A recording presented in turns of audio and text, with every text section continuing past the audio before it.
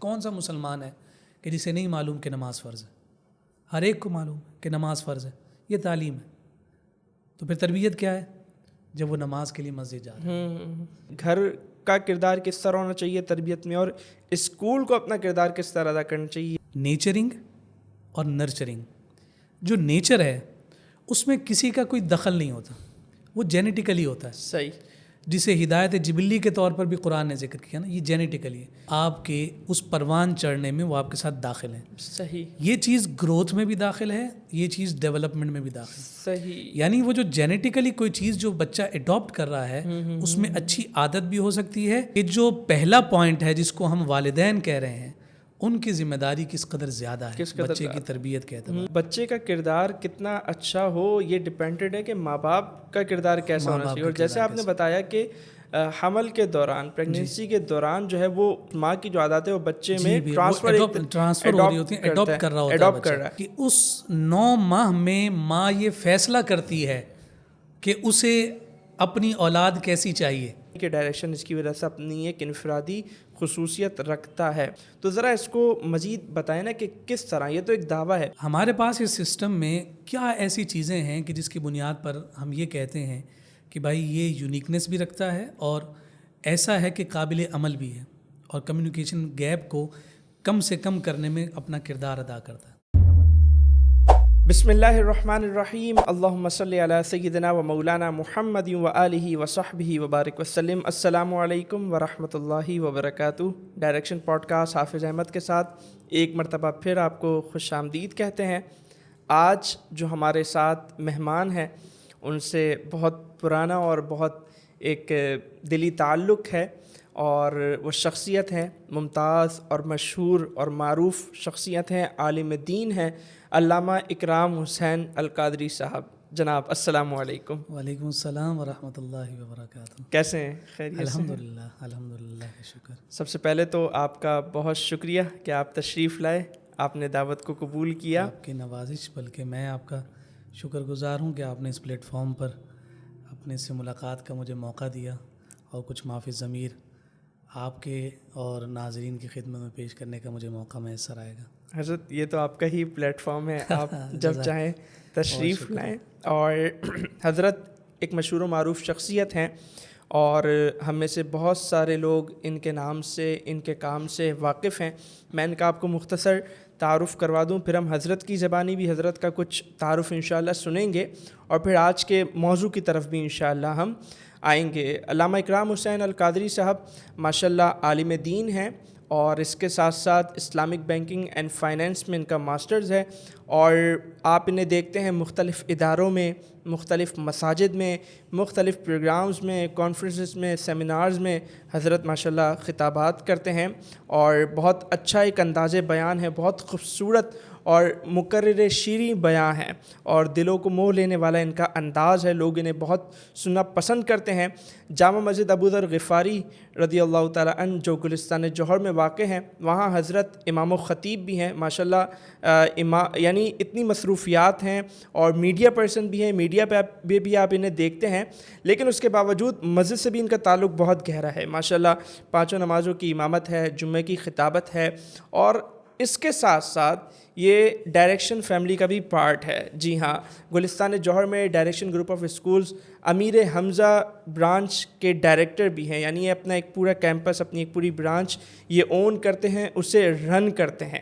تو اب آپ ذرا یہ دیکھیں کہ کتنی ڈائمنشنز میں کام کر رہے ہیں. یعنی اسکول کے پلیٹ فارم سے بچوں کے لیے کام کر رہے ہیں، مسجد کے پلیٹ فارم وہ تو عام ہے، وہاں سے تو ہر ایک کے لیے ہی کام ہو رہا ہے. پھر میڈیا پہ آتے ہیں تو وہاں پر ایک الگ جو ہے وہ ایک طبقہ ہے، اس کو ایڈریس کر رہے ہیں، اور اس کے ساتھ ساتھ پھر ڈفرینٹ پروگرامز میں جا کر وہاں خطابات کرنا. تو یوں ایک معاشرے کا ایک بہت بڑا طبقہ ہے، ایک بہت بڑا سرکل ہے جس سے حضرت کا تعلق ہے، اور حضرت ماشاءاللہ ان تک اپنی جو ہے وہ تربیت کے حوالے سے ان تک اپنا پیغام پہنچاتے رہتے ہیں. تو میں چاہوں گا کہ حضرت آپ بھی اپنا کچھ انٹروڈکشن پیش کریں کہ کہاں سے ابتدا ہوئی، کچھ بیک گراؤنڈ، اور ابھی بھی کچھ کیا ایسے خاص کچھ معاملات چل رہے ہیں اس کے بارے میں.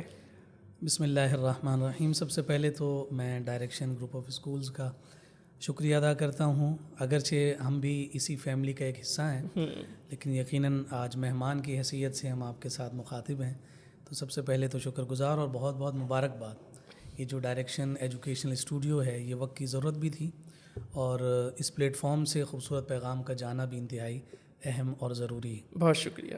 اور آپ نے ویسے ہی میرا تعارف اتنا زیادہ کروا دیا، اللہ آپ کی زبان کو مبارک کرے۔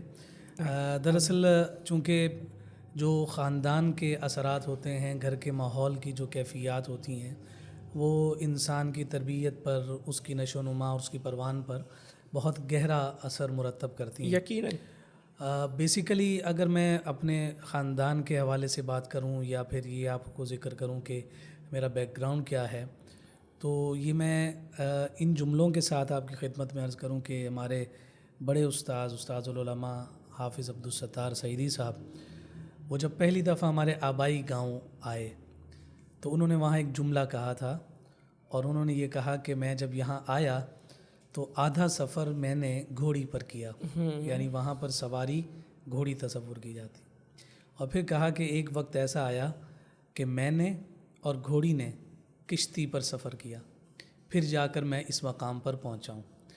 یعنی آبائی طور پر ہم ایک ایسے پسماندہ اور ایک ایسے علاقے سے تعلق رکھتے ہیں کہ جہاں تک پہنچنا بھی ایک اعتبار سے ناممکنات میں تصور ہوتا تھا، اور وہ دریا کی بیٹ کہلاتی ہے کہ جب دریا کا پانی آتا تو وہ جگہ ساری بہہ جایا کرتی تھی۔ اللہ اکبر۔ ہمارے دادا محترم جو استاذ الحفاظ کہلائے، حافظ کرم دین رحمۃ اللہ تعالی علیہ، وہ ہمارے خاندان کے پہلے حافظ تھے۔ ماشاء اللہ۔ تو انہوں نے اپنے اس سلسلے کو جب آگے بڑھایا تو آج الحمدللہ ہمارے خاندان کا کوئی گھر ایسا نہیں ہے کہ جس میں حافظ نہ ہو۔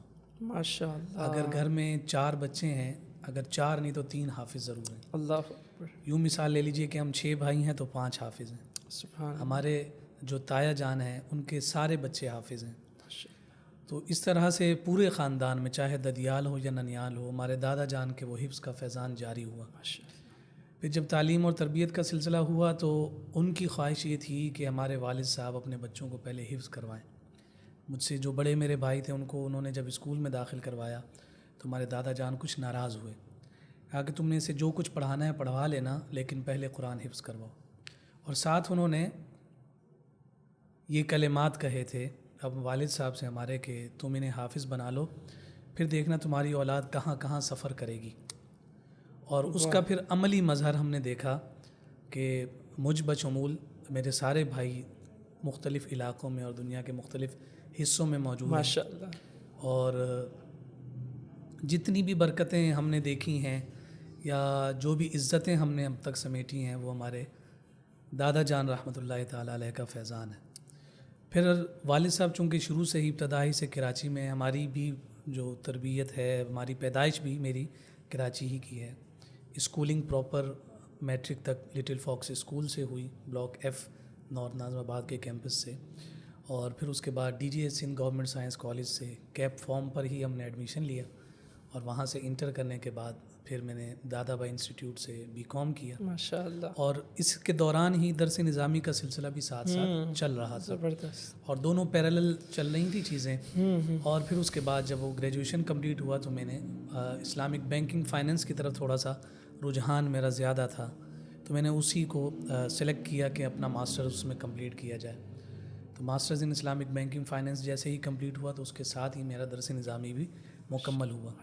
اب چونکہ یہ فائننس اور بینکنگ ایک پراپر ایک فیلڈ ہے، اور میں نے کوشش کی کہ میں اس فیلڈ کو جوائن کروں، تقریباً کوئی 6-8 مہینے کے قریب میں نے ایک بینک جوائن بھی کیا، لیکن چونکہ اس وقت تک سوشل ایکٹیویٹیز میری اتنی زیادہ ہو چکی تھیں، جیسے آپ نے بھی ضمناً ان کی جانب اشارہ کر دیا، تو چونکہ فل ٹائم جاب کے ساتھ ان چیزوں کو کور اپ کرنا ایک دشوار امر تھا، تو پھر میں نے اپنی اس پراپر فیلڈ کو اس اعتبار سے سیکریفائز کیا کہ وہ فل ٹائم میں جاب نہ کر سکا، اور یہ جو میری ساری ڈیوٹیز تھیں ان کو میں نے اپلائی کرنا اپنی ذات پر زیادہ بہتر سمجھا، اور اس سے چونکہ معاشرے کو اور سوسائٹی کو زیادہ فوائد، اور اس فل ٹائم جاب میں مالی طور پر اکانومیکلی مجھے زیادہ فائدہ، تو ایک اعتبار سے یوں سمجھ لیجیے کہ اس سوسائٹی کے لیے ہی ہم نے اس دوسرے راستے کو اختیار کیا، بہت خوبصورت۔ اور الحمدللہ جتنا ممکن ہو سکتا ہے کوشش کرتے ہیں کہ ایک مثبت اور ایک پازیٹیو پیغام جو حقیقی معنوں میں ہمارے دین کا پیغام ہے اس کی ایک اچھی صورت، چاہے پاکستان میں ہوں یا پاکستان سے باہر کہیں بھی ہوں، تو کوشش ہوتی ہے کہ وہ ایک اچھا امیج اور سافٹ امیج جو ہے اسلام کا وہ پہنچے. چاہے بچوں کی تربیت کے حوالے سے ہم اسکولنگ سسٹم میں اپنے آپ کو ایفیلیٹ کرتے ہوں، یا اگر ہمارے جمعہ کے خطابات ہوتے ہیں تو اس میں بھی پراپر بغیر کسی تفریق اور بغیر کسی مسلکی تعصبات کے ایک سیدھا ایک پیغام خوبصورت دینے کی کوشش کرتے ہیں، اور باقی سیمینارز اور لیکچرز کا سلسلہ اسی بنیاد پر ماشاء رہتا ہے. اللہ ماشاء اللہ ماشاء اللہ. بہت بہت خوبصورت تعارف آپ نے پیش کیا، اور آپ کی شخصیت کے ایک دو پہلوؤں سے تو آج میں خود جو ہے وہ مجھے تعارف ہوا. اس سے پہلے نہیں تھا، حالانکہ بڑا ایک پرانا آپ سے تعلق ہے. یہاں میں ناظرین کو ایک اور بات یہ بتانا چاہوں گا، میں نے بھی بہت ساری باتیں ذکر کی، حضرت نے بھی اپنے بارے میں کچھ بتایا. اس کے ساتھ ساتھ جیسے انہوں نے بتایا کہ حفظ قرآن کا جو ان کے خاندان میں سلسلہ ہے، تو حفظ قرآن تو ہونا ایک اچھی بات ہے یقیناً، لیکن اس حفظ قرآن کو اعلیٰ درجے کی تجوید کے ساتھ پڑھنا یہ بھی ایک کمال ہوتا ہے. اور ماشاءاللہ حضرت کے خاندان میں یہ بھی سلسلہ ہے. اور یہ صرف حافظ نہیں ہے بلکہ قاریوں کا گھرانہ ہے.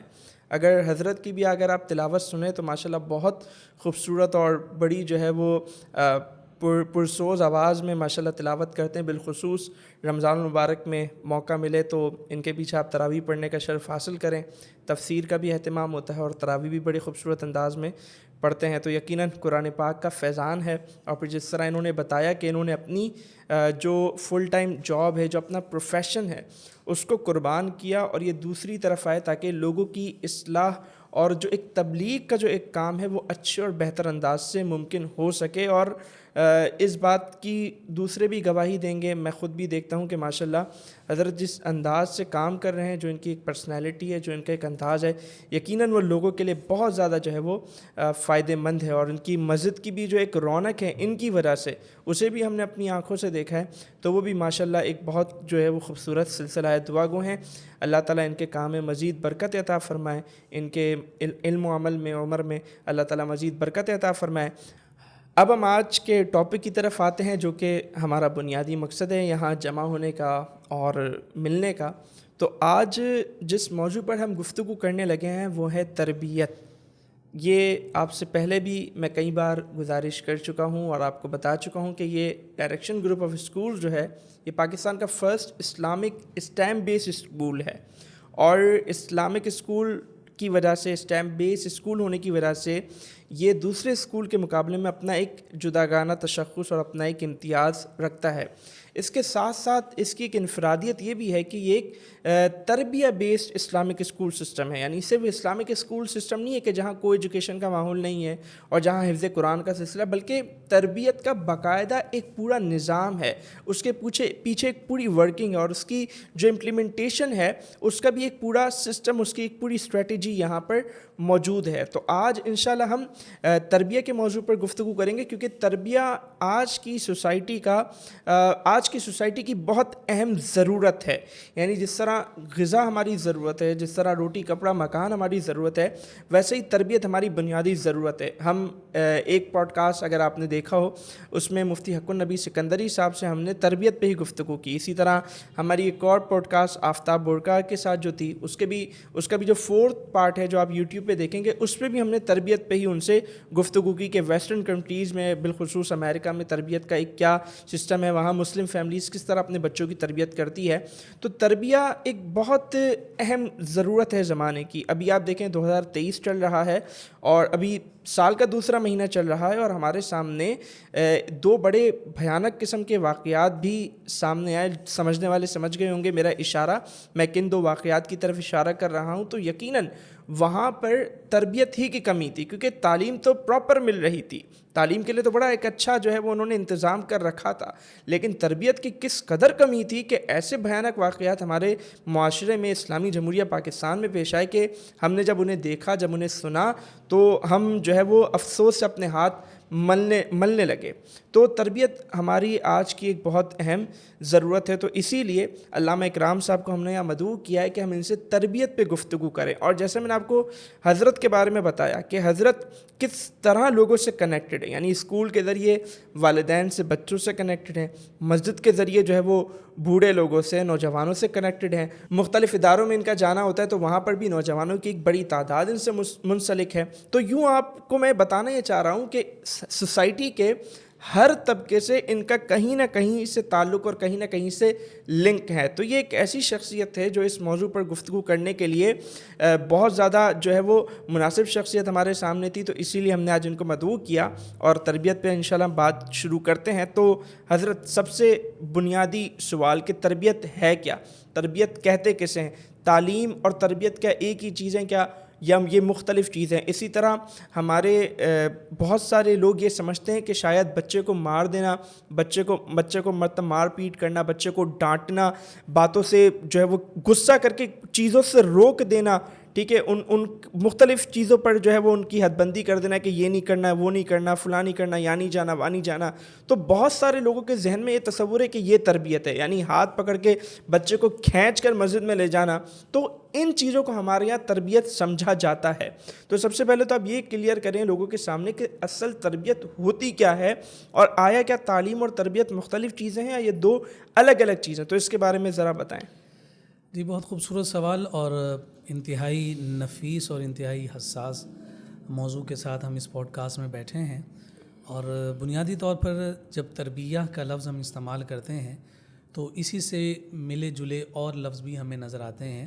جیسے مثال کے طور پر آپ ایک لفظ استعمال کرتے ہیں مربی, تو مربی سے مراد یہی ہوتا ہے تربیت کرنے والا. اور اگر اس کو آپ مزید ایلوبریٹ کرتے ہیں تو جو رب کا لفظ ہے وہ بھی اسی تربیت ہی کے عنصر سے اور اس کے ماخذ اور اوریجن سے نکلتا ہے. بالکل. تو اللہ رب العزت کو جب ہم رب کہتے ہیں تو اس کا بنیادی معنی یہی ہوتا ہے کہ رب ذوالجلال نے نہ صرف ہمیں پیدا فرمایا ہے بلکہ اس نے ہمیں اچھے اخلاق و عادات کے ساتھ پیدا فرمایا. اللہ اکبر. یعنی تخلیق ایک الگ صفت ہے جی, اور تربیہ ایک الگ صفت ہے. اور جب ہم اس کو رب کہتے ہیں تو اس میں یہ دونوں چیزیں یعنی آپ کا اخلاق بھی اور تخلیق بھی, یہ دونوں چیزیں اس میں داخل ہوتی ہیں. اور اسی وجہ سے رب کو ازلی طور پر اور بنیادی طور پر اسے مربی کہا جاتا ہے. اور پھر اس کے بعد مجازی معنی میں آپ اپنے استاذ کو مربی کہتے ہیں, اپنے والدین کو مربی کہتے ہیں, اور اسی سے یہ تربیت کا عنصر موجود ہے. پھر ایک بات یہ ذہن میں آتی, جیسے آپ نے بھی اپنے سوال میں ذکر کیا کہ ہم عمومی طور پر یہ دو لفظ ایک ساتھ ہی ملا کر انٹر لنک کر کے ذکر کرتے ہیں, تعلیم و تربیت. تو اتنا زیادہ ایک ساتھ استعمال ہوتا ہے کہ عام ذہنوں میں یہ ہے کہ تعلیم و تربیت کسی ایک ہی چیز کا نام, یعنی تعلیم دے دی تو شاید تربیت آ گئی, اگر تربیت ہے تو تعلیم بھی آ گئی. تو ایسا نہیں ہے, یہ دونوں الگ چیزیں تو ہیں لیکن یہ دونوں لازم اور ملزوم بھی ہیں. یعنی الگ بھی ہیں لیکن ایک دوسرے سے جدا بھی. تعلیم ایک اپنا سرکل رکھتا ہے, تربیت اپنا سرکل رکھتا ہے, لیکن دونوں کا لنک اس قدر اسٹرانگ ہے کہ تعلیم بھی تربیت کے بغیر کوئی فائدہ نہیں دیتی اور تربیت تعلیم کے بغیر کوئی فائدہ نہیں دیتی. بہت خوبصورت. ان دونوں چیزوں کا ایک دوسرے کے ساتھ موجود ہونا لازم اور ضروری ہے. اس کی ایک مثال قرآن مجید فرقان حمید سے ہمیں ملتی ہے. آقائے کائنات صلی اللہ علیہ وسلم کی جب بعثت کی بات کی جاتی ہے, حضور کی تشریف آوری کی بات جہاں قرآن نے ذکر کی ہے تو وہاں پر یہ بات ہے کہ مقاصد بعثت میں وَيُعَلِّمُهُمُ الْكِتَابَ وَالْحِكْمَةَ وَيُزَكِّيهِمْ. تو اس میں جہاں پہ یعلم ہے وہاں پہ یزکی کے لفظ بھی استعمال ہے, ٹھیک ہے, تزکیہ کرنے والے بھی. تو یہ جو تزکیہ ہے اور جو حکمت ہے اس سے مراد تربیت ہی لی گئی ہے. لیکن چونکہ ایک ساتھ استعمال نہیں ہوئے تو اس کا مطلب ہے کہ دونوں الگ الگ چیزیں. قرآن مجید فرقان حمید میں اللہ رب العزت نے فرمایا قُوا أَنفُسَكُمْ وَأَهْلِيكُمْ نَارًا, کہ اپنے آپ کو اور اپنے گھر والوں کو جہنم کی آگ سے بچاؤ.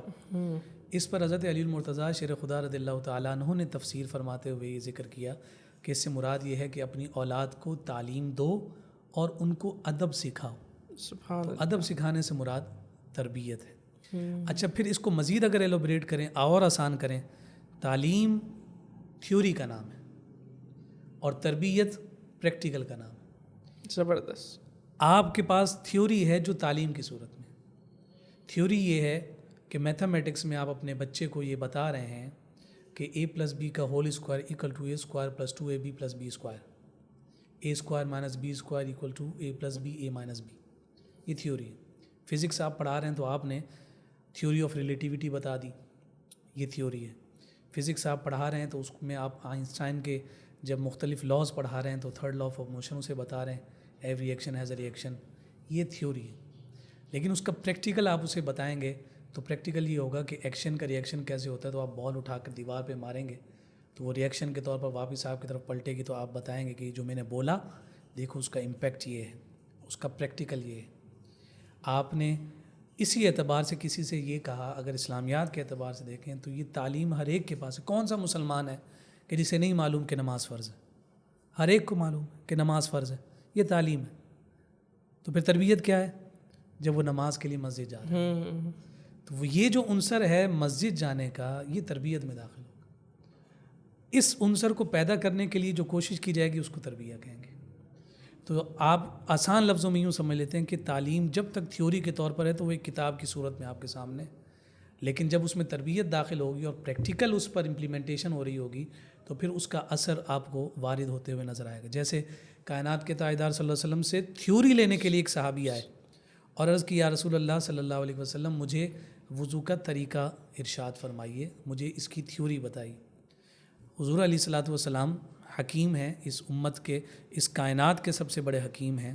فعل الحکیم لا یخلو عن الحکمہ، کہ جو حکیم ہوتا ہے اس کا کوئی بھی فعل حکمت سے خالی نہیں ہوتا۔ یقیناً اگر حضور چاہتے تو اسے بتا دیتے کہ بھائی پہلے ہاتھ دھونے ہیں، پھر اس کے بعد کلی کرنی ہے، پھر ناک صاف کرنا ہے، پھر چہرے کو 3 دفعہ دھونا ہے۔ نہیں، حضور نے فرمایا جاؤ برتن میں پانی لے کر آؤ۔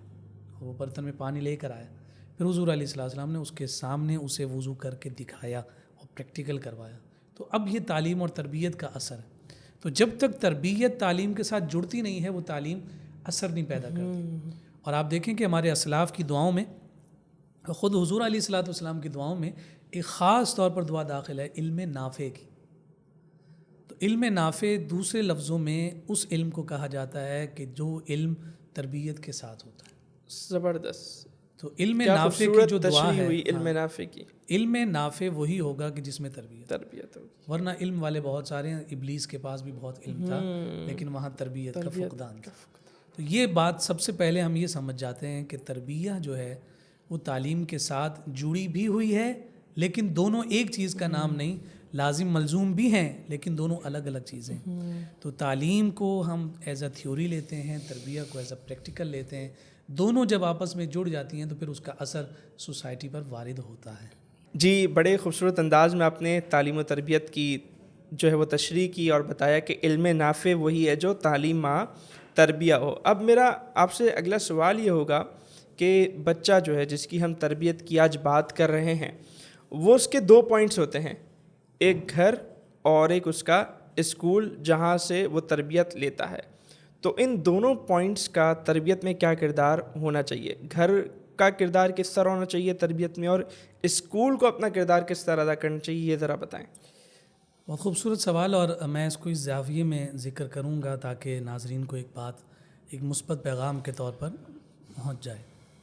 دیکھیے، جب بھی ہم بچے کی نشو و نما یا بچے کے پروان چڑھنے کی بات کرتے ہیں تو 2 ٹرمز ہم نارملی یوز کرتے ہیں۔ ایک کو ہم کہہ رہے ہوتے ہیں گروتھ، اور دوسرا ہوتا ہے ڈیولپمنٹ۔ گروتھ اور ڈیولپمنٹ، ان دونوں کے ساتھ بچہ نشو و نما پا رہا ہوتا ہے۔ نشو و نما اگر ان دونوں کو ہی بائیفرکیٹ کر دیں تو ایک کو آپ گروتھ کہیں گے اور دوسرے کو آپ ڈیولپمنٹ کہیں گے۔ ٹھیک ہے، لیکن گروتھ سے مراد کیا ہے اور ڈیولپمنٹ سے مراد کیا ہے؟ گروتھ یہ ہے کہ بچہ قد میں بھی بڑھ رہا ہے، اس کے پاؤں میں جو آج جوتا آ رہا ہے 6 مہینے کے بعد نہیں آ رہا ہے، یہ اس کی گروتھ ہے۔ اس کی غذا کا آپ انتظام کر رہے ہیں۔ ڈیولپمنٹ یہ ہے کہ وہ جسمانی طور پر جو بڑھ رہا تھا وہ تو گروتھ تھی، لیکن اب فکری طور پر اور قلبی، روحانی اور ذہنی طور پر، اسپریچولی وہ جو اپنے آپ کو پروان چڑھا رہا ہے، اس کو ہم یوں سمجھیے کہ ڈینوٹ کرتے ہیں ڈیولپمنٹ کے ساتھ۔ صحیح، یعنی کردار اس کا کردار بھی بن رہا ہے، ساتھ ساتھ کردار کی گروتھ نہیں ہوتی ہے، کردار کی ڈیولپمنٹ ہوتی ہے۔ اس کو ہم یوں سمجھیں گے کہ یہ دونوں چیزیں جب ایک ساتھ پیرالل بڑھ رہی ہیں تو اس ڈیولپمنٹ کو بڑھانے کے لیے کون سا ٹول یوز ہو رہا ہوتا ہے اور گروتھ کو بڑھانے کے لیے کون سا ٹول یوز ہو رہا ہوتا ہے؟ 2 ٹولز ہیں. ایک جس کو ہم کہتے ہیں نیچر، دوسرا ہے جس کو ہم کہتے ہیں نرچر. نیچرنگ اور نرچرنگ. جو نیچر ہے اس میں کسی کا کوئی دخل نہیں ہوتا، وہ جینیٹیکلی ہوتا ہے. صحیح. جسے ہدایت جبلی کے طور پر بھی قرآن نے ذکر کیا نا، یہ جینیٹیکلی ہے. آپ کے والد آپ کی والدہ کے جینز جو آپ کے ساتھ میچ کر جاتے ہیں تو ان کی کچھ عادات آپ اڈاپٹ کرتے ہیں فطری طور پر. جینیٹیکلی وہ فطری طور پر، نیچر کے طور پر وہ آپ کے ساتھ، آپ کے اس پروان چڑھنے میں وہ آپ کے ساتھ داخل ہیں. صحیح. یہ چیز گروتھ میں بھی داخل ہے، یہ چیز ڈیولپمنٹ میں بھی داخل ہے. صحیح. یعنی وہ جو جینیٹیکلی کوئی چیز جو بچہ اڈاپٹ کر رہا ہے اس میں اچھی عادت بھی ہو سکتی ہے. اگر باپ بڑے قد کا ہے تو بیٹا بھی جینیٹیکلی اونچے قد کا ہوگا. آپ یہ چیز فیل کرتے ہیں؟ بالکل بالکل بالکل. اگر والد جو ہے وہ الٹے ہاتھ سے لکھنے کا عادی ہے تو مائٹ بھی پاسبل کہ بچہ بھی اس جینیٹیکلی، اس فطری طور پر بچے اپنے والد کے جینز کو زیادہ انسپائریشن کے ساتھ لے کر وہی الٹے ہاتھ سے لکھنے لگ جائے. یعنی یہ جو فطرت کا جو ٹول ہے جی، یہ گروتھ میں بھی اپنا کردار ادا کرتا ہے اور ڈیولپمنٹ میں بھی اپنا کردار ادا کرتا ہے. اس میں یہ دیکھنا ہوتا ہے کہ ماں اور باپ ان کی گروتھ اور ڈیولپمنٹ کیسی ہے. واہ، بہت خوبصورت. اچھا، پھر یہ نہیں ہو سکتا کہ آپ یہ کہیں کہ بچہ جب دنیا میں ایگزسٹ کر رہا ہے، اس کی اپیرنس دنیا میں ہو گئی ہے، اس کی پریزنس کے بعد یہ معاملہ شروع ہوتا ہے. ایسا نہیں. ماں کے پیٹ میں جب بچہ ہے تو اس وقت ہی یہ سلسلہ شروع ہے. بالکل بالکل. عام طور پر میڈیکل سائنس بھی یہ کہتی ہے کہ جب ایک خاتون جو ہے وہ حمل میں ہوتی ہے، پریگنینسی میں ہوتی ہے، تو اسے عام دنوں کے مقابلے میں زیادہ بھوک لگتی ہے. کیوں؟ پہلے بھی وہ اتنا ہی کھاتی تھی، اب بھی وہ ایک ہی جسم ہے، لیکن حقیقتاً وہ ایک جسم نہیں ہوتی. تو اب جب وہ زیادہ کھا رہی ہے تو کچھ وہ اپنا کھا رہی ہے، کچھ اس بچے کے لیے کھانا کھا رہی ہے. اب یہ جسمانی طور پر جو ڈیولپمنٹ وہاں اسٹارٹ ہوئی ہے نا، تو اس کو اگر آپ گروتھ کے اعتبار سے، گروتھ جو اس کی بن رہی ہے اس سے ڈیولپمنٹ کے اعتبار سے دیکھیں گے تو اب آپ یہ دیکھیں گے کہ ان دنوں میں وہ ماں کیا دیکھ رہی ہے، کیا سن رہی ہے، کیا سوچ رہی ہے. تو وہ جو دیکھ رہی ہوگی تو اس کے پیٹ میں موجود بچے کی ڈیولپمنٹ اسی اعتبار سے ہو رہی ہوگی. وہ کیا سن رہی ہے اس کے اثرات اس کے بچے پر مرتب ہوتا ہے. آپ اور میں ہمیشہ بزرگوں کی مثالیں دیتے ہوئے کبھی خواجہ قطب الدین بختیار کاکی کا تذکرہ کرتے ہیں، کبھی حضور سیدنا غوث الاعظم عبد القادر جیلانی کا تذکرہ کرتے ہیں کہ جناب وہ اتنے سپاروں کے حافظ تھے، وہ اتنے سپاروں کے حافظ تھے. وہ کیسے ہوئے؟ تو یہ جو ڈیولپمنٹ ہے وہ تو وہیں سے شروع ہو گئی. تو پتہ یہ چلا کہ جو پہلا پوائنٹ ہے جس کو ہم والدین کہہ رہے ہیں، ان کی ذمہ داری کس قدر زیادہ ہے بچے کی تربیت کے اعتبار سے. تو ایک بات ہم کر رہے تھے نیچر کے اعتبار سے، نیچرنگ، یہ نیچرنگ تھی. یعنی بچے کا کردار کتنا اچھا ہو یہ ڈپینڈڈ ہے کہ ماں باپ کا کردار کیسا ہونا چاہیے. اور جیسے آپ نے بتایا کہ حمل کے دوران، پریگنینسی کے دوران جو ہے وہ ماں باپ کی جو عادات ہیں، بالخصوص ماں کی جو عادات ہیں وہ بچے میں ٹرانسفر ہو رہی ہوتی ہیں، اڈاپٹ کر رہا ہے. اب ظاہر سی بات ہے ایسا تو نہیں ہو سکتا کہ جب ہے نا کیا بولتے ہیں وہ معاملہ پیش آئے، حمل کا معاملہ پیش آئے تو اس وقت اچانک سے سڈنلی ماں اپنی تمام عادات کو چینج کر لے. یقیناً پیچھے سے وہ ایک عادات، اچھی عادات کا ربط اور سلسلہ بنا ہوگا تو یقیناً وہ اس وقت اپنائی جا سکے. بالکل. میں ایک جگہ پڑھ رہا تھا اور بڑا خوبصورت جملہ انہوں نے لکھا کہ اس 9 ماہ میں ماں یہ فیصلہ کرتی ہے کہ اسے اپنی اولاد کیسی چاہیے. اس 9 ماہ میں ماں یہ فیصلہ کرتی ہے کہ اسے اپنی اولاد کیسی چاہیے. یعنی اس 9 ماہ میں وہ کیا ایکٹیویٹیز اختیار کرتی ہے جو ڈینوٹ کریں کہ وہ کیسی اپنی اولاد چاہتی ہے. تو اس لیے یہ سلسلہ جو ہے نیچرنگ کے ساتھ جو گروتھ اور ڈیولپمنٹ کا ہے وہ تو تب سے شروع ہو گیا. تو اب ذمہ داری دیکھیں ماں باپ کی کس قدر بڑھ جاتی ہے. ساتھ دوسری چیز ہے نرچرنگ کی. ایک نیچرنگ میں نے ذکر کیا تھا اور دوسری نرچرنگ. نرچر کو اگر آپ بنیادی طور پر آپ ڈکشنری میں دیکھیں تو اس کا معنی ہوتا ہے تراشنا. ٹھیک ہے، تراشنا. تو یہ جو نرچرنگ ہے اس سے مراد یہ ہے کہ اب بچہ آپ کے سامنے موجود ہے، اس کو آپ نے نرچر کرنا ہے. ہیرا جو ہوتا ہے، ہیرا، اس کو بھی کریت کر آپ جتنی اس کی ڈائمینشنز بنا سکیں، اس کے جتنے کنارے نکال کر آپ اس سے نور لے سکتے ہوں آپ لیتے ہیں. تو بچہ بھی اسی طرح سے ایک کوری تختی کی طرح ہوتا ہے، آپ جو چاہتے ہیں اس پر لکھ دیں. تو نرچرنگ کا پھر دخل شروع ہوتا ہے اس کی پیدائش کے بعد، اور شروع سے لے کر آخر تک ماں باپ ایسے ہیں کہ جو اول دن سے لے کر آخر تک ذمہ دار ہوتے ہیں کہ انہوں نے اپنے بچے کو کس طرح کا عادات اور اخلاق کا پیکر بنانا ہے. پھر وہ سرٹین ایج آتی ہے, اس کے بعد ایک اور پوائنٹ اسے میسر اور نصیب ہوتا ہے کہ جس میں ان والدین کی ہیلپ کے لیے ایک اور ہمیں انسٹیٹیوٹ میسر آ رہا ہوتا ہے کہ جو اسکول ہے, مدرسہ ہے, اکیڈمی ہے. تو وہ پھر اس کے ساتھ اساتذہ جو ہیں وہ مربی بن کر, تربیت کرنے والے بن کر وہ ان کے ساتھ جڑتے ہیں. اور پھر جب ان دونوں کا باہمی اتحاد ہو جائے, یعنی ماں باپ اور اساتذہ ان دونوں کی جب ذہنی ہم آہنگی ہو جائے, تو اس کا نتیجہ پھر یہ نکلتا ہے کہ بچہ جو ہے وہ اچھے انداز میں اپنے آپ کو پروان چڑھا رہا ہوتا ہے. اس کی یوں مثال لے لیں کہ اگر ماں باپ اور والدین اساتذہ کے درمیان جو کنیکشن ہے وہ مضبوط اور اسٹرانگ نہیں ہے, جو کنسرن ماں باپ کو اپنی اولاد کی تربیت کے حوالے سے ہیں, اگر وہ اساتذہ کے ساتھ, ٹیچرز کے ساتھ ڈسکس نہیں ہو رہے, اور اس ڈسکشن نہ ہونے کے وجہ سے وہ جو کمیونیکیشن گیپ ہے, وہ گیپ جیسے جیسے بڑھتا رہتا ہے, تو جو ماں باپ تربیت کر رہے ہیں اس کا اثر اسکول کی تربیت پر نہیں پڑ رہا ہوتا, اور جو اسکول سے وہ تربیت لے کر آ رہا ہوتا ہے اس کا اثر گھر میں نہیں نظر آ رہا ہوتا.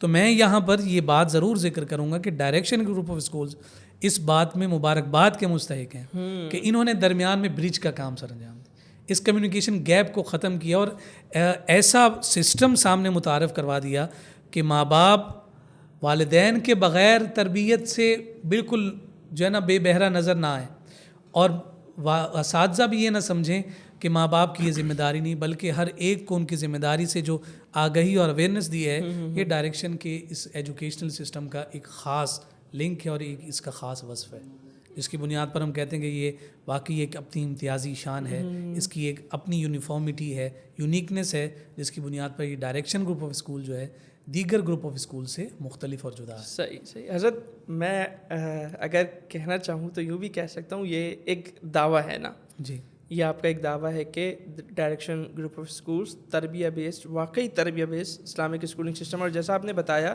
کہ سب سے بنیادی جو کمزوری ہوتی ہے وہ ہوتی ہے کمیونیکیشن گیپ کی, کہ جو بچہ اسکول سے جو سیکھ رہا ہے اس کا جو ہے وہ گھر میں کچھ نہیں بن رہا, اور جو گھر سے سیکھ رہا ہے اس کا اسکول میں کچھ نہیں بن رہا, تو یہ دونوں کا کنیکشن ہو نہیں پاتا.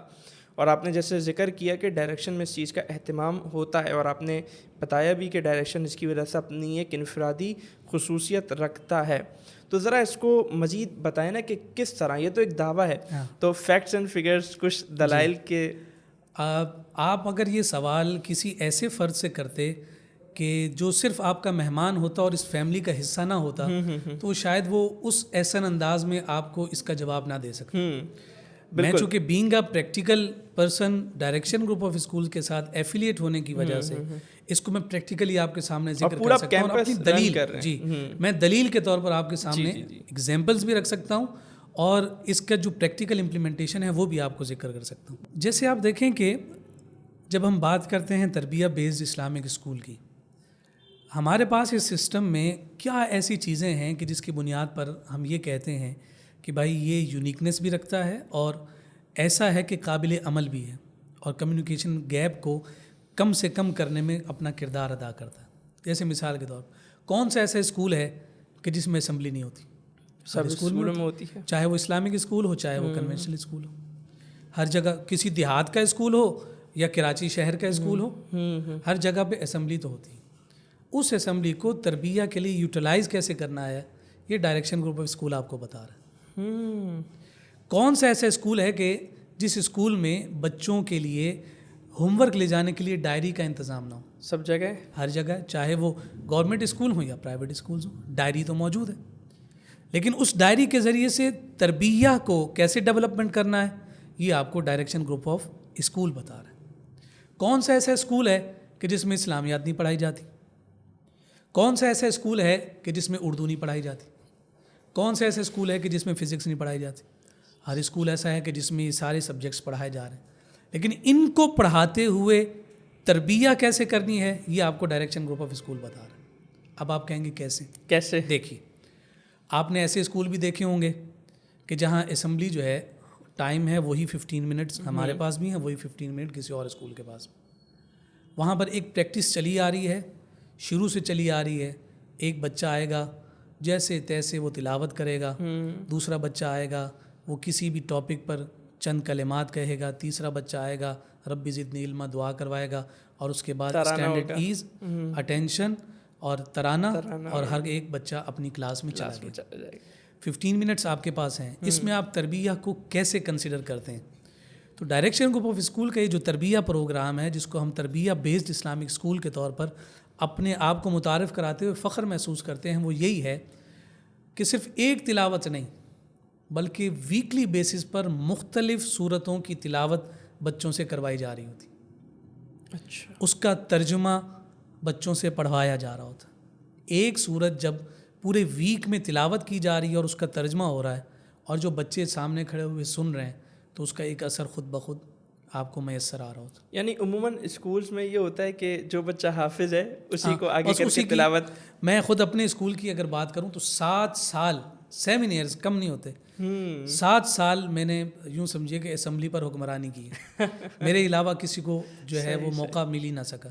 لیکن ہم یہ خواہش کرتے ہیں کہ ہمارے اسکول کا ہر بچہ اتنا کانفیڈنٹ ہو, اتنا کیپیبل ہو, اور اس کی ایبلٹیز اتنی زیادہ ڈیولپ ہوں کہ وہ بچوں کو فیس کرنے میں, ٹیچرز کے سامنے مائک پکڑنے میں کسی قسم کی ہیزیٹیشن اور ہچکچاہٹ محسوس نہ کرے. بہت زبردست. تو اس تربیت کی بنیاد پر جہاں تلاوت ہو رہی ہوتی, ویکلی بیسس پر جو ایک پرٹیکولر ٹاپک ہمیں دیا جا رہا ہوتا ہے, اس پرٹیکولر ٹاپک پر جو آپ کو مٹیریل دیا جا رہا ہے وہ اسمبلی میں ہر دن اسے ڈسکس کیا جا رہا ہے.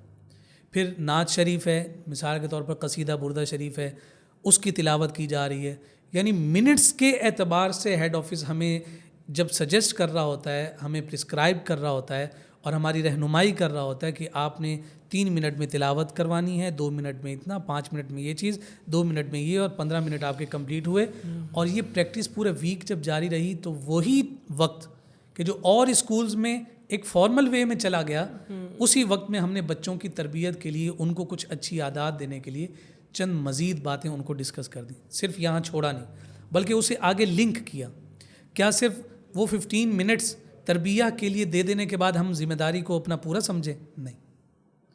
آگے پھر ہم یہ کرتے ہیں کہ وہی جو تربیہ تھیم ویکلی بیسس پر ایک پرٹیکولر ٹاپک کے ساتھ ہمیں پرووائڈ کی جا رہی ہوتی ہے, جب تربیہ کا پیریڈ ہو رہا ہے, ہر کلاس میں ہو رہا ہے, جس کو آپ چاہے قرآن فہمی کے ساتھ اس کو انٹر لنک کر دیں یا اسے آپ ناظرہ کے ساتھ انٹر لنک کر دیں, اس میں تو پرٹیکولرلی جو 10 to 15 منٹس ہیں اسی ٹاپک کو ڈسکس کیا جا رہا ہے. مزید یہ ہے کہ ہم اپنی ٹیچرز کی ایسی ٹریننگ کر رہے ہوتے ہیں کہ چاہے وہ فزکس کی ٹیچر ہو, کیمسٹری کی ہو, سائنس کی ہو یا سوشل اسٹڈیز کی ہو, وہ بھی جب کلاس میں جائیں گی تو اپنے کلاس کے شروع میں 5 to 7 منٹس وہ اسی ٹاپک کو ڈسکس کر رہی ہو. وہ جو تربیہ ویکلی تربیہ تھیم ہے. جی, ہمارے ایک سر تھے میتھمیٹکس کے, وہ کہا کرتے تھے کہ سوال کو نہ کرو. یعنی میتھس کے تھے تو وہ سوال کوشچن کی سولوشن دیتے تھے, تو کہتے ہیں کہ سوال کو سالو نہ کرو, سوال سے سالو کرو. کہ وہ کوشچن ہی بتا رہا ہوتا ہے کہ میرا آنسر کیا ہے. وہ کب ہوتا ہے؟ وہ اس وقت ہوتا ہے کہ جس وقت وہ کوشچن اتنا کلیئر ہو, آپ اپنے اساتذہ کی ٹریننگ اتنی کلیئر کر دیں کہ ان کو پتہ ہو کہ یہ فارمیلٹی نہیں ہے. اس کی سینسٹیوٹی سے جب آپ استاد کو اویئر کر دیتے ہیں تو پھر وہ جانتی ہے یا وہ جانتا ہے استاد کہ جناب فزکس میں صرف میں نے نیوٹنز نہیں پڑھانا, فزکس میں نے یہ بھی بتانا ہے کہ یہ جو تھیوری آف ریلیٹیوٹی ہے, اس تھیوری آف ریلیٹیوٹی میں اللہ کی قدرت کے جو مظاہر ہیں وہ کیسے کیسے ہو سکتے ہیں. تو آپ ایک بچے کو جب ہر چیز میں تربیت کو داخل کر دیتے ہیں, انٹرلنک کر دیتے ہیں, تو پھر وہ خود بخود اپنے آپ میں وہ چیزوں کو داخل کرنے کی کوشش کرتا ہے. یہاں بات ختم نہیں ہوئی. اچھا. پھر اس کے بعد بچہ جب وہ تربیہ کی ڈائری گھر لے کر جا رہا ہے, تو ہم نے اس تربیہ کی ڈائری, اچھا تو اسکول ڈائری اور تربیہ ڈائری یہ ڈفرینٹ ہے؟ بنائی ایک ہی گئی ہے, اچھا, لیکن اس کے اندر ان دونوں چیزوں کو داخل کرنا ہے. جس میں نے کہا نا, کون سا اسکول ہے جس میں ڈائری نہیں ہوتی, لیکن اس کو یوٹیلائز کیسے کرنا ہے, یہ ڈائریکشن گروپ آف اسکول بتا رہا ہے.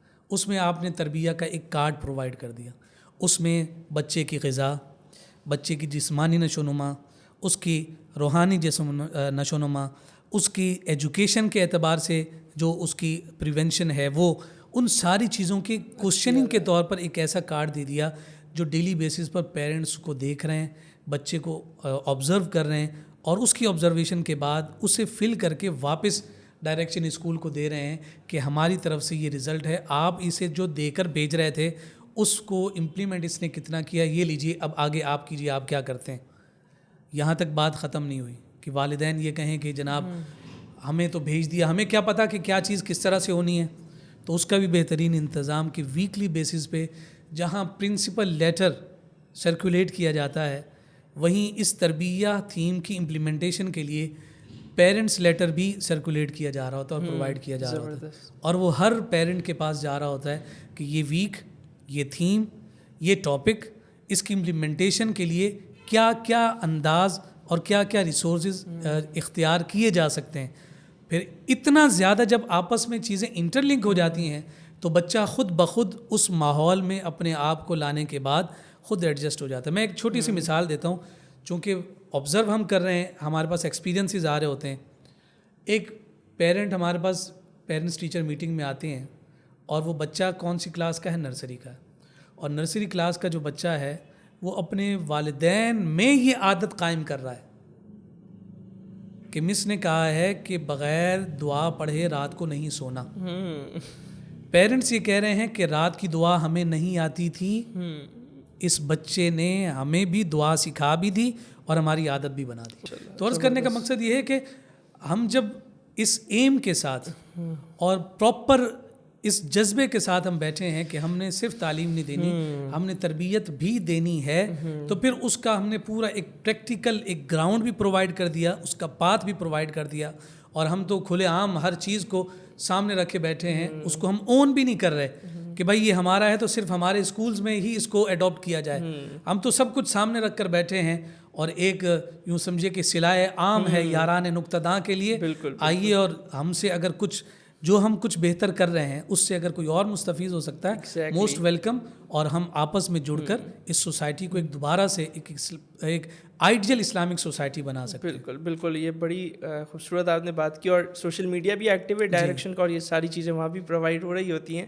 اور یہاں چونکہ آپ نے بات کی کہ ماں باپ کس طرح لنک کرتے ہیں, ہم ہر اس مقام کو یوز کرنے کی کوشش کر رہے ہیں کہ جس کے ذریعے سے ہم اپنے بچوں کو بہترین مستقبل اور فیوچر دے سکیں. ہاں, اور گھر بیٹھے بیٹھے ماں باپ کی بھی جو ہے نا وہ تربیت ماشاءاللہ جاری و ساری ہے. تو ناظرین, آپ نے سنا کہ ایسا نہیں ہے کہ ڈائریکشن گروپ آف اسکولز میں باقاعدہ تربیہ کا جو ایک نظام ہے پریکٹسنگ مسلم کا, اس کے لیے کوئی الگ پیریڈ لگتا ہے یا اس کے لیے الگ سے کوئی جو ہے نا وہ بہت ساری کوئی چیزیں ہیں. نہیں, اسمبلی جیسے ہر اسکول میں ہوتی ہے ویسے وہاں بھی ہوتی ہے, لیکن کیا اسے تربیہ کا ایک جو ہے وہ ماڈیول بنا دیا گیا. اسی طرح ایک ویکلی تھیم رکھ دی گئی. اسی طرح جو ہے وہ ہر سبجیکٹ کی ابتدا میں اس ویکلی تھیم سے ریلیٹڈ کچھ نہ کچھ باتیں ہوتی ہیں, اور پھر جیسے جو ہے نا وہ سرکولیٹ کرتا ہے لیٹر ایک, وہ بھی ماں باپ تک جاتا ہے تاکہ ماں باپ کو بھی پتہ چلے کہ اس ہفتے کی تھیم کیا ہے, اس ہفتے بچے کیا ایکٹیویٹی کریں گے, اس ہفتے بچے کیا سیکھیں گے, کون سی حدیث سیکھیں گے, کیا پڑھیں گے, کیا جانیں گے. اور پھر اسی طرح ویڈیو کا بھی سلسلہ رہتا ہے جو کہ آن لائن جو ہے وہ چیزیں چل رہی ہوتی ہے, کیونکہ سوشل میڈیا کا دور ہے, ڈیجیٹل دور ہے. تو یہ ساری چیزیں, اور ہم بھی اسی لیے بیٹھے ہوئے یہاں پہ تاکہ ہم اس ٹول کو اچھی طرح یوٹیلائز کر سکیں اور اپنے ناظرین تک, بالخصوص آپ لوگوں تک جو ہے وہ اچھے انداز میں جو ہے وہ پیرنٹنگ سے ریلیٹڈ, تربیت سے ریلیٹڈ, ایجوکیشن سے ریلیٹڈ, کیریکٹر بلڈنگ سے ریلیٹڈ چیزیں جو ہے وہ آپ تک, کوالٹی کنٹینٹ آپ تک جو ہے وہ پہنچا سکیں. تو ماشاءاللہ بڑے خوبصورت انداز میں اور بڑا پریسائز کر کے آپ نے ڈائریکشن کے تربیت پروگرام کو ماشاءاللہ ایکسپلین کیا ہے. اچھا حضرت, آپ نے جو پورا ایک نظام بتایا, تو اگر ہم اسلامک اسکول کی بات کریں تو کیا یہ کافی نہیں تھا کہ آپ جو ہے وہ بچوں کا ڈریس چینج کر دیتے, یعنی ان کو جو ہے وہ شلوار قمیض پہنا دیتے, ٹوپی پہنا دیتے, سر پہ دعائیں سکھا دیتے, کلمے سکھا دیتے, روزانہ نماز ظہر کا بعد جماعت اہتمام ہو جاتا, ان کے لیے کہ نا حفظ و ناظرہ کا الگ الگ پیریڈ لگ جاتا, تو کیا یہ سب کافی نہیں تھا جو آپ نے اتنا لمبا چوڑا پروگرام جو ہے وہ بنا لیا؟ آپ نے ایک ٹارگیٹڈ کوشچن کیا ہے. جی جی, اور بالکل یہ سوال ذہن میں اٹھتا ہے کہ ہمیں کیا پڑی بھائی یہ اتنا سارا معاملہ کرنے کا, اتنی آپ نے بڑی ٹیم, ریسرچ ٹیم بٹھائی ہوئی ہے, ویکلی بیسس پہ آپ جو ہے ہر چیز نئی سے نئی کر کے آپ پرووائڈ کر رہے ہوتے ہیں, تو ظاہر سی بات ہے کہ یہ کوئی مفت میں تو نہیں ہو رہا ہوتا. دماغ لگ رہا ہے, پیسہ لگ رہا ہے, ٹائم لگ رہا ہے, ٹائم ہے, ہر چیز کی کنزمپشن ہے, کیا ضرورت پیش آئی وہی والی آپ کی بات، حفظ کروا دیتے، ناظرہ پڑھا دیتے، کلمے یاد ہو جاتے، دعائیں بچے کچھ یاد کر لیتے، کافی تھا، قمیص شلوار پہنا دیتے، اسلامک ٹوپی ہو جاتی ہے. سوال یہ ہے کہ یہی تو ہم ڈسکس کر رہے ہیں کہ ہمیں صرف تعلیم نہیں دینی، ہمیں تربیت بھی ساتھ کرنی. حفظ کروا دینا، کلمے یاد کروا دینا، دعائیں یاد کرا دینا، ناظرہ پڑھا دینا، یہ صرف تعلیم ہے. تربیت یہ ہے کہ یہ جو کچھ آپ کروا رہے ہیں اس کی امپلیمنٹیشن کیسے ہونی ہے. ہم اس پریکٹیکل کی جانب گئے ہیں نا. تو اگر ہمارے پاس ایک بچہ حفظ کر رہا ہے تو ہم اسے صرف حفظ پر نہیں رکھ رہے. یہ بھی دیکھیں بڑی دلچسپ بات ہے. اب آپ یہ کہتے ہیں کہ جناب حفظ پروگرام ہے تو ٹھیک ہے جی، بچہ صبح 8 بجے آئے گا، 2 بجے تک سارا اپنا سبق سنائے گا، سب کی سنائے گا، منزل سنائے گا، گھر چلا جائے گا. صحیح ہے. ہم تو اس حفظ میں بھی بچے کو نہیں چھوڑے، اس میں بھی اس پر تربیت تھیم کو اپلائی کروا رہے ہیں. تو اس کا بنیادی ماخذ یہ ہے کہ اسے اس بات کا احساس ہو، اندازہ ہو کہ جو کتاب وہ اپنے سامنے لے کر بیٹھا ہوا ہے وہ کتاب کتنی مقدس ہے. اس کا احترام جب اس کے دل میں قائم ہوگا تو پھر اس کا عزت، اس کا احترام اور اس سے محبت خود بخود اس کی جاگے گی. اس میں بھی ہم اس کو تربیہ میں مولڈ کر رہے ہوتے ہیں. صرف کلمے یاد کروا دینا کافی نہیں، صرف دعاؤں کا یاد کروا دینا کافی نہیں، بلکہ وہ دعا جس مقام پر پڑھی جانی ہے اگر وہ اس کی عادت بن گئی تو یہی تو عبادت ہے. یہی تو عبادت ہے. آپ نے بچے کو سوتے وقت کی دعا اگر یاد کروا دی تو صرف یاد کروا دینا کافی نہیں ہے، بلکہ آپ تربیہ کارڈ کے ذریعے سے اس کو چیک اینڈ بیلنس کر رہے ہیں کہ یہ رات کو سویا تھا، اس نے دعا پڑھی یا نہیں. اب والدین کی اب یہ ذمہ داری اور رسپانسبلٹی بنتی ہے کہ وہ صحیح والدین اپنے بچوں کے حوالے سے پروگریس اسکول میں سبمٹ کروائیں تاکہ ہم مزید اس کی تربیت کر کے اگر کہیں کچھ کمی کر رہا ہے تو اس کو مزید اس میں موٹیویٹ کریں.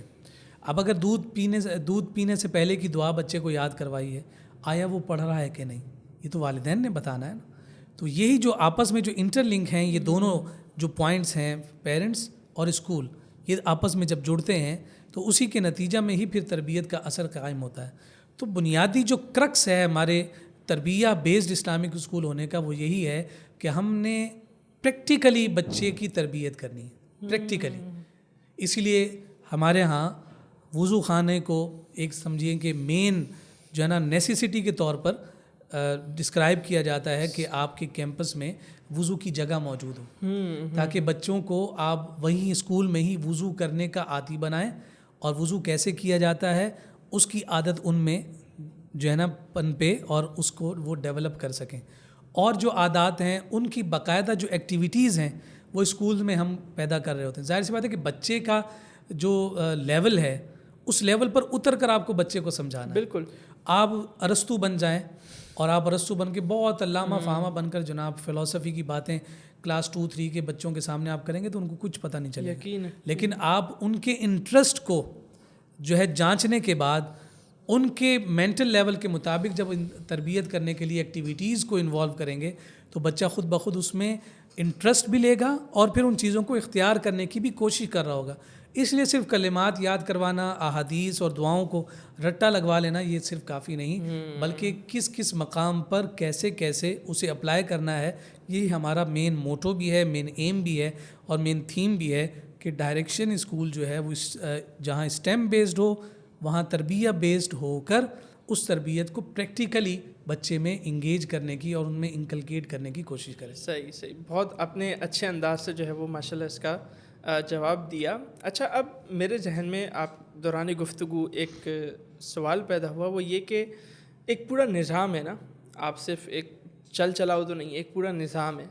جیسے تعلیم کا ایک پورا نظام ہے کہ مختلف سبجیکٹس ہیں، ان کی تدریس ہو رہی ہے، ان کی ٹیچنگ ہو رہی ہے. تو اس میں کیا ہوتا ہے کہ آپ اس میں چیک اینڈ بیلنس کس طرح کرتے ہیں کہ آپ نے اس کے ایگزامس لے لی، اسسمنٹس کر لی. یہ بھی ایک پورا نظام ہے. تو اس کی انسپیکشن کا کوئی طریقہ کار ہے؟ اس کی کوئی جانچ پڑتال کا کوئی پیمانہ ہے؟ دیکھیے نارملی جو گروپ آف اسکولز ہوتے ہیں نا تو وہ جس کانسیپٹ کے ساتھ گروپ آف اسکولز ہوتے ہیں ان میں مٹیریلسٹک اپروچ جو ہے نا وہ بہت زیادہ ہوتی ہے. یعنی مادیت ان کا مین تھیم ہوتا ہے، کور جو ہے نا ان کی وہ مٹیریلزم ہے، یعنی آسان لفظوں میں پیسہ کمانا. ٹھیک ہے. تعلیم اور صحت جب سے کاروبار بنے تو تب سے یہ تربیت کمزور ہوئی. اور جب سے کاروبار بنے تو تعلیم کا نظام بھی بگڑا اور صحت کا نظام بھی بگڑا, جبکہ یہ دونوں مقدس فریضے کے طور پر, مقدس پیشن کے طور پہ پروفیشن کو اختیار کیا گیا.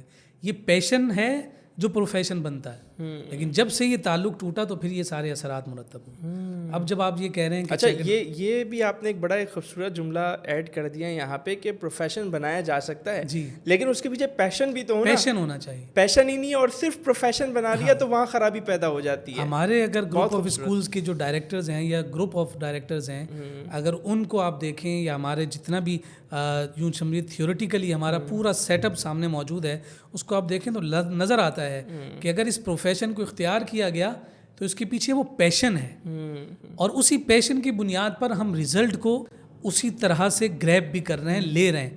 ہمیں بہت پازیٹیو رسپانسز جب پیرنٹس کی جانب سے مل رہے ہوتے ہیں تو آپ یقین جانیے کہ دل باغ باغ ہو جاتا ہے کہ ہم جو محنت کر رہے ہیں اس کا نتیجہ اور اس کا اثر ہمیں میسر آ رہا ہے. زبردست. اب جیسے آپ نے کہا کہ چیک اینڈ بیلنس کیسے کیا جاتا ہے, اس کی جانچ پڑتال, اس کی انسپیکشن, کیا صرف سلیبس کے طور پر ان کے جو ہے نا آپ نے سی پیز لے لیے, آپ نے ان کا اسیسمنٹ لے لیا, ہاف ایئرلی لے لیا, فائنل ٹرم لے لیا, اس میں آپ نے ایک تھیوریٹیکل پیپر بنا کر بچوں کو دے دیا, انہوں نے اس کو سالو کر لیا, کیا اتنا ہی چیک اینڈ بیلنس ہے؟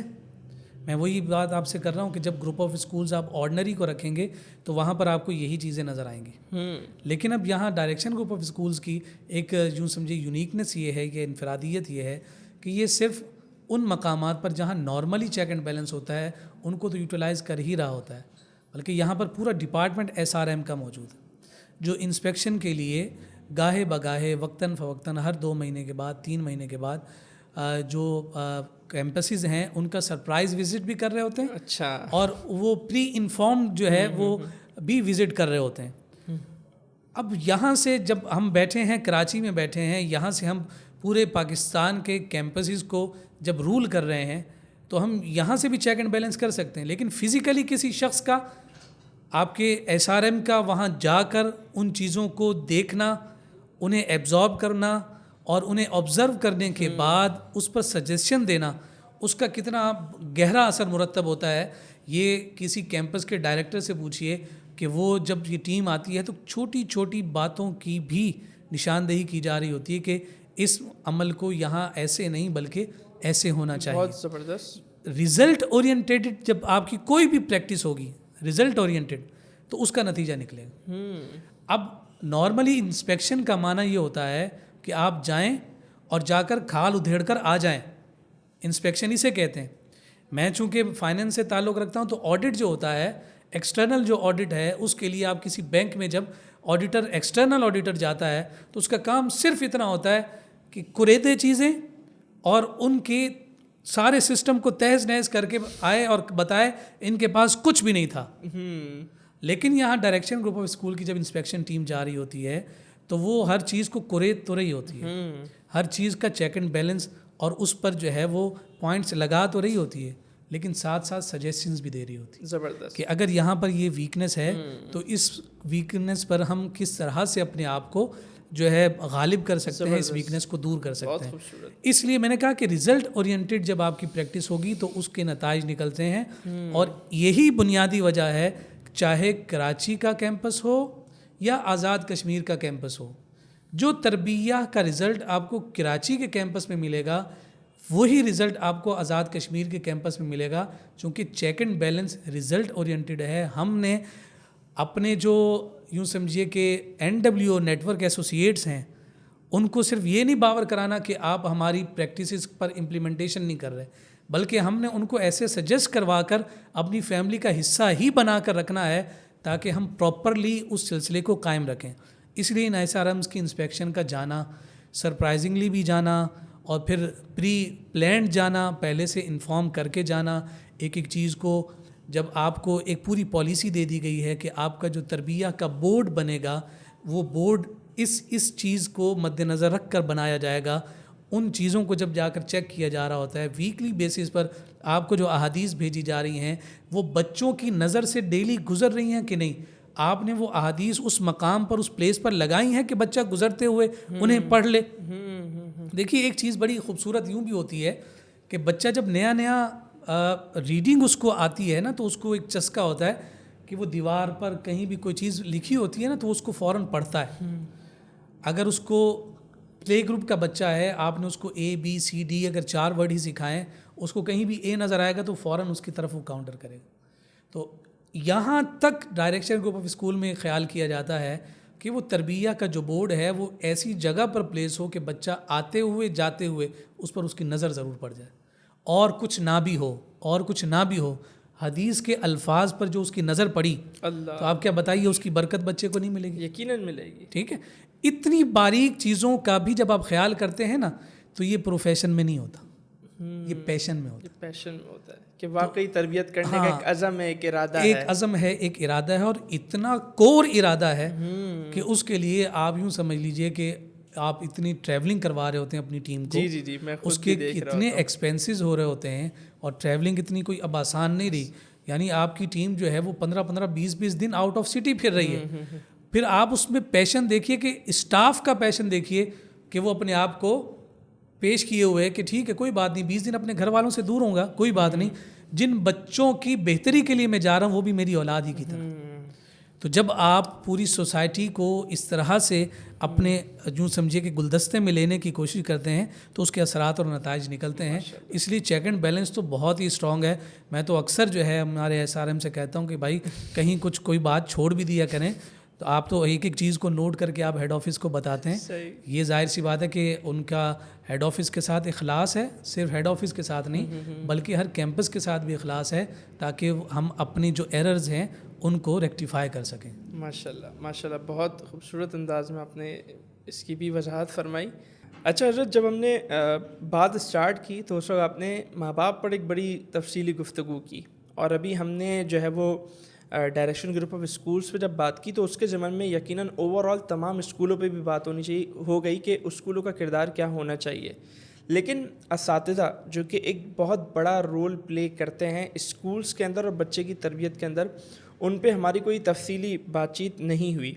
تو ویسے میں یہ چاہوں گا کہ آپ اوور آل بھی اور بالخصوص ڈائریکشن کے نظام کے تحت بھی یہ بتائیں کہ اساتذہ کی وہاں کس طرح تربیت ہوتی ہے, اور پھر اوور آل اساتذہ کو کس طرح ہونا چاہیے. یعنی مثال کے طور پہ ایک اسلامک اسکول میں ایک استاذ جو ہے وہ ٹیچنگ کر رہا ہے, یا پھر ایک جو ہے وہ کنونشنل اسکول میں ایک جو ہے وہ ٹیچر جو ہے وہ ٹیچنگ کر رہا ہے, لیکن اس کا اسکول کے اسٹوڈنٹس کے سامنے کردار الگ ہے, لیکن جیسے ہی وہ باہر نکلتا ہے گیٹ سے نکلتا ہے تو وہاں اس کا کردار جو ہے ہمیں الگ نظر آتا ہے. بچوں کے سامنے تو بڑی اچھی باتیں کر رہا ہوتا ہے. تو اس پر تھوڑا گفتگو کیجیے. بہت خوبصورت سوال آپ نے کیا, اور بالکل آپ کی بات بجا ہے کہ تربیت میں ایک پلر کی حیثیت رکھتا ہے ٹیچر اور استاد. اور دیکھیے جب سے ہم نے سب چیزوں کو محض پیسے کمانے کا ٹول بنایا تو تب سے ان تمام چیزوں کی جو روحانیت ہے وہ ہم سے جدا ہوئی. اگر ہم اپنے سابقہ ادوار کو دیکھتے ہیں یا اسلام کی نفیس تعلیمات کو دیکھتے ہیں تو استاد ہونا ایک مقدس منصب تصور کیا گیا, اور امام الانبیاء حضرت محمد مصطفیٰ صلی اللہ علیہ وآلہ وسلم بنیادی طور پر معلم بنا کر بھیجے گئے. انما بعثت معلما, سوائے اس کے نہیں کہ مجھے معلم بنا کر یعنی تعلیم دینے والا بنا کر بھیجا گیا. اب سوال یہاں یہ پیدا ہوتا ہے کہ ایک استاد کو اگر یہ بات سمجھ میں آ جائے کہ وہ کس کیٹیگری میں فال کرتا ہے, اگر وہ صرف اتنا سمجھ لے شعبے کی حساسیت کا اندازہ ہو جائے وہ کس کیٹیگری میں فال کرتا ہے تو وہ اسے راتوں کو نیند نہ آئے, اس لیے کہ وہ اس کیٹیگری میں فال کر رہا ہے جس کیٹیگری میں وجہ تخلیق کائنات مقصود کائنات امام الانبیاء فال کرتے ہیں. اللہ اکبر. کہ آپ اسی ٹائٹل کے ساتھ ایڈریس کیے جاتے ہیں, پکارے جاتے ہیں جس ٹائٹل کے ساتھ حضور نبی رحمت صلی اللہ علیہ وسلم نے اپنے آپ کو ایڈریس کروایا اور اپنا انٹروڈکشن پیش کیا کہ میں معلم ہوں. آپ سے اگر پوچھا جائے کہ آپ کیا کرتے ہیں تو آپ اگر جواب میں یہ کہتے ہیں کہ میں فلاں انسٹیٹیوٹ میں ٹیچر ہوں, تو اس کا مطلب کیا ہوا کہ آپ جب ایک استاد ہیں اور آپ ایک ٹیچر ہیں تو آپ حضور علیہ الصلوۃ والسلام جو عمل فرما رہے تھے آپ وہی عمل کر رہے ہیں. جو حضور کی پریکٹسز تھیں آپ اسی پریکٹسز کے امین ہیں. اللہ تو یہ جو مقدس پیشہ ہے اس کو جب سے اس کی تقدیس ختم ہوئی تو پھر وہی باتیں آتی ہیں جو آپ ذکر کر رہے ہیں کہ اسکول میں جو ہے نا آپ الگ ہوتے ہیں، اسکول سے باہر آپ کی پریکٹسز الگ ہوتی ہیں.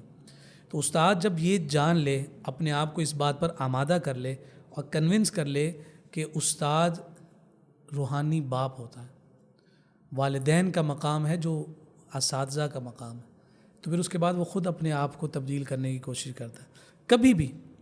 کبھی بھی آپ کا قول اثر نہیں کرتا جتنا اثر آپ کا فیل کرتا ہے. یقیناً. ٹھیک ہے. یقیناً. اور آپ بھی اس بات سے بخوبی آگاہ ہیں کہ ہمارے ہاں بھی بڑے بڑے اسپیکرز ایسے ہوتے ہیں کہ آپ ان کی گفتگو سنیں تو اتنی مسجع، مقفع، دل نشیں، خوبصورت ان کی گفتگو ہوتی ہے، لیکن وہ دل میں نہیں اترتی.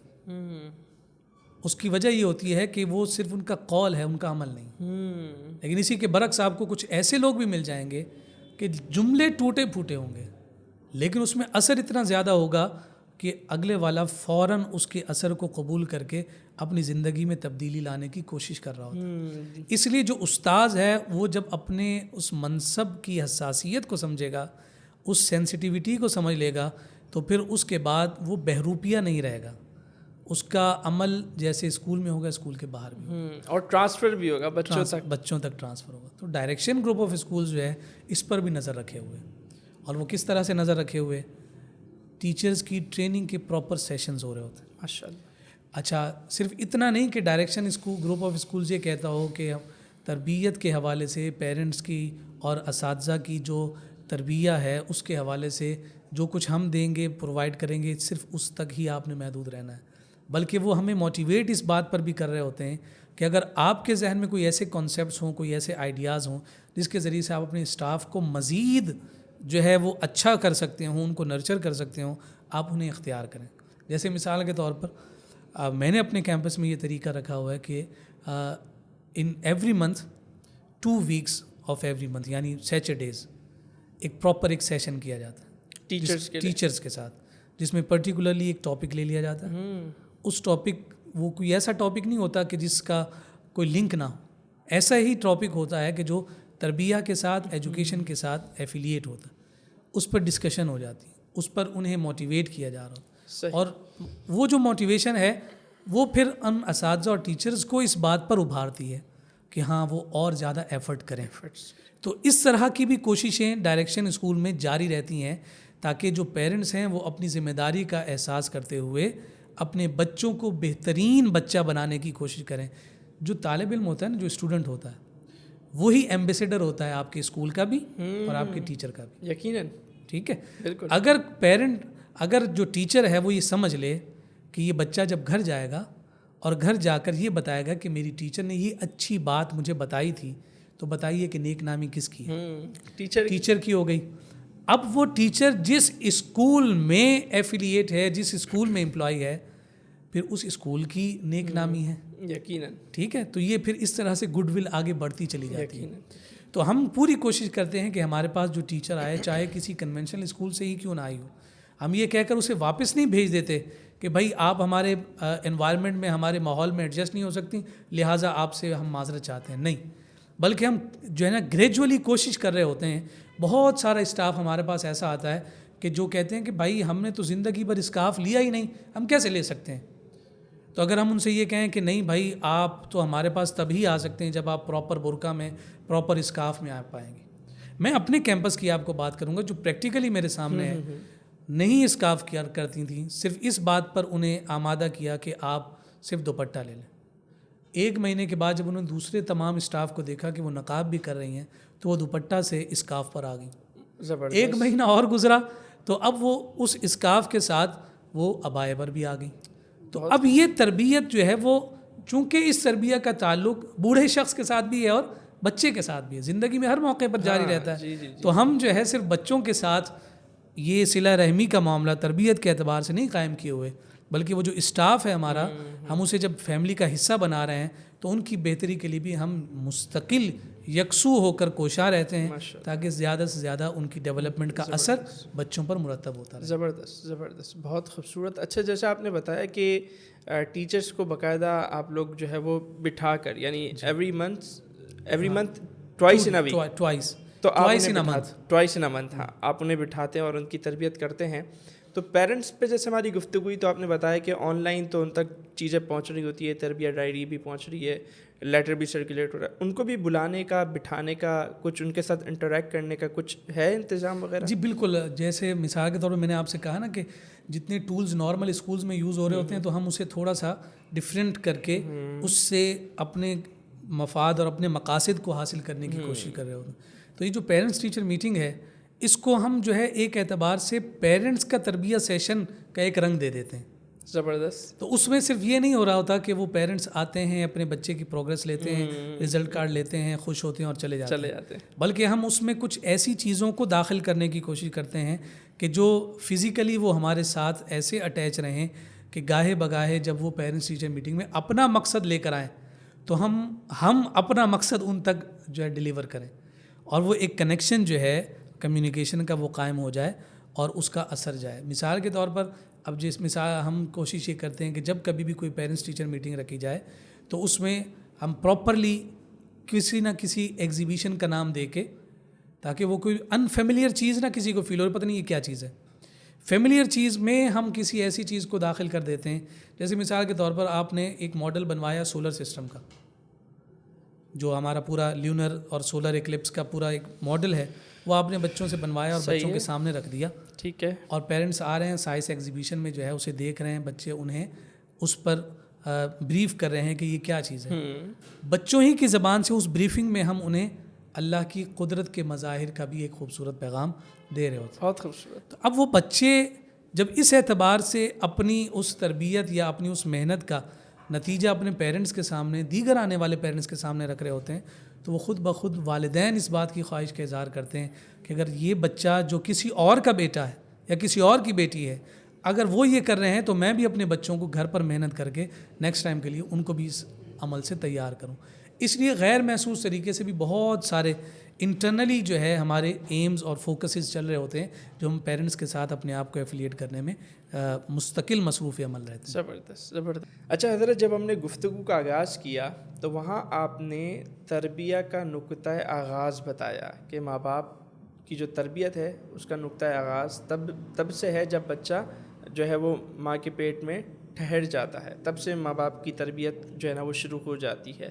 اب میں آپ سے اگلی اس سے ہی ریلیٹڈ یہ بات پوچھنا چاہوں گا کہ تربیت کیا ہر عمر کے بچے کی ایک ہی طرح ہوتی ہے یا پھر اس کے لیے ڈفرینٹ ٹولز اختیار کیے جاتے ہیں؟ اور ڈائریکشن میں چونکہ وہ پورا ایک اسکول ہے نا، تو جیسا آپ نے اسمبلی کا ذکر کیا اور ویکلی تھیم کا ذکر کیا، تو پورا ایک اسکول، اس میں پری پرائمری بھی ہے، سیکنڈری بھی ہے، ہر کلاس کا بچہ ہے.